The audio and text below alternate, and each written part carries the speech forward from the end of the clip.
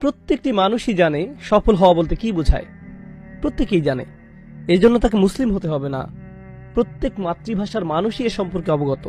প্রত্যেক সংস্কৃতি, প্রত্যেক সমাজ, প্রত্যেক পুরুষ, নারী বা শিশু তাদের মতো করে সফল হতে চায়।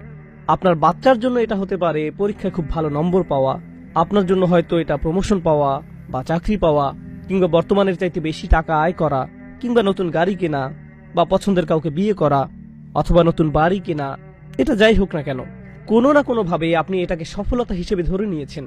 যার এগুলো আছে, এরকম কাউকে দেখলে কোনো ভাবনা ছাড়াই তাকে দেখে আপনি মনে মনে বলেন, লোকটি বেশ সফল, উনি সফল মানুষ, সে কিভাবে এমন হলো।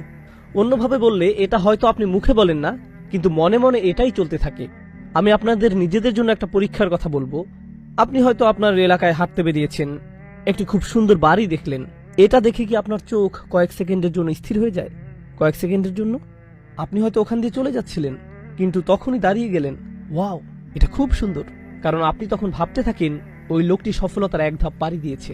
এটা কিন্তু আমাদের মনের ভিতরে চলে, যা আমাদের আকাঙ্ক্ষিত বস্তু, সেটা পেলেই আমরা সফলতা মনে করি।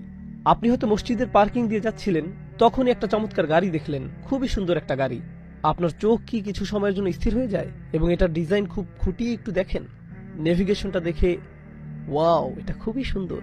আপনার চোখ এতে চলে যায়, আপনি মনে মনে ভাবেন, এটাই সফলতা।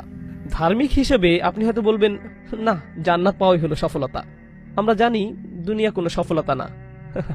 এমন কিছু দেখে আপনি কি বলেন, আমি সেটা বলছি না। আমি বলছি এগুলো দেখে আপনি কি ভাবেন তা নিয়ে। আসলে আমাদের বাচ্চারা এদিক থেকে আমাদের চেয়ে অনেক সৎ। আমি বাচ্চাদের উপর এই পরীক্ষাটা করেছি, আর আমাদের সবার জন্যই প্রযোজ্য এগুলো।